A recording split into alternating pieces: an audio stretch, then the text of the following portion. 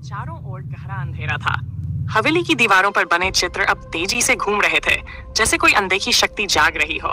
कुल रोहित और रवि एक दूसरे की तरफ देखने लगे। डर उनकी आंखों में साफ झलक रहा था। हमें यहाँ से बाहर निकलना होगा, रवि ने घबराते हुए कहा। लेकिन कैसे? दरवाजा तो बंद हो चुका है, रोहित ने कांपती आवाज में जवाब दिया। राहुल ने चारों तरफ देखा, तभी उसकी नजर जमीन पर पड़ी।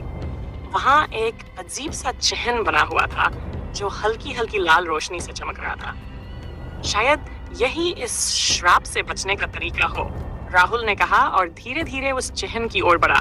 जैसे ही उसने उस पर हाथ रखा, हवेली जोर जोर से हिलने लगी। दीवारों से भूतिया आवाजें आने लगी। तुम हमें यहाँ से मुक्त नहीं कर सकते, तुम अब हमारे हो। तभी हवेली की वेदी के नीचे से एक दरवाजा खुला जिसमें से नीली रोशनी निकल रही थी। ये क्या है? रोहित ने हैरानी से पूछा।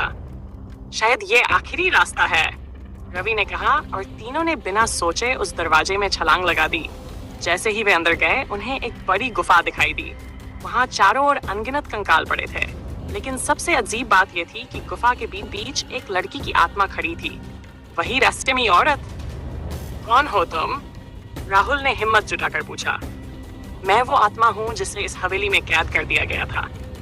अगर तुम सच में बचना चाहते हो तो मुझे मुक्त करो, आत्मा ने करुण आवाज में कहा। कैसे? रोहित ने पूछा। इस गुफा के बीच एक चक्र बना है, अगर तुम वहां जाकर प्रार्थना करोगे और बलिदान दोगे तो मैं मुक्त हो जाऊंगी, लेकिन कोई एक हमेशा के लिए यहाँ फंस जाएगा। तीनों दोस्त सकते में आ गए। कौन बलिदान देगा? कौन हमेशा के लिए इस भूतिया हवेली में फंस जाएगा? अगले भाग में जानिए कौन देगा अपनी जान और क्या वे श्राप को तोड़ पाएंगे।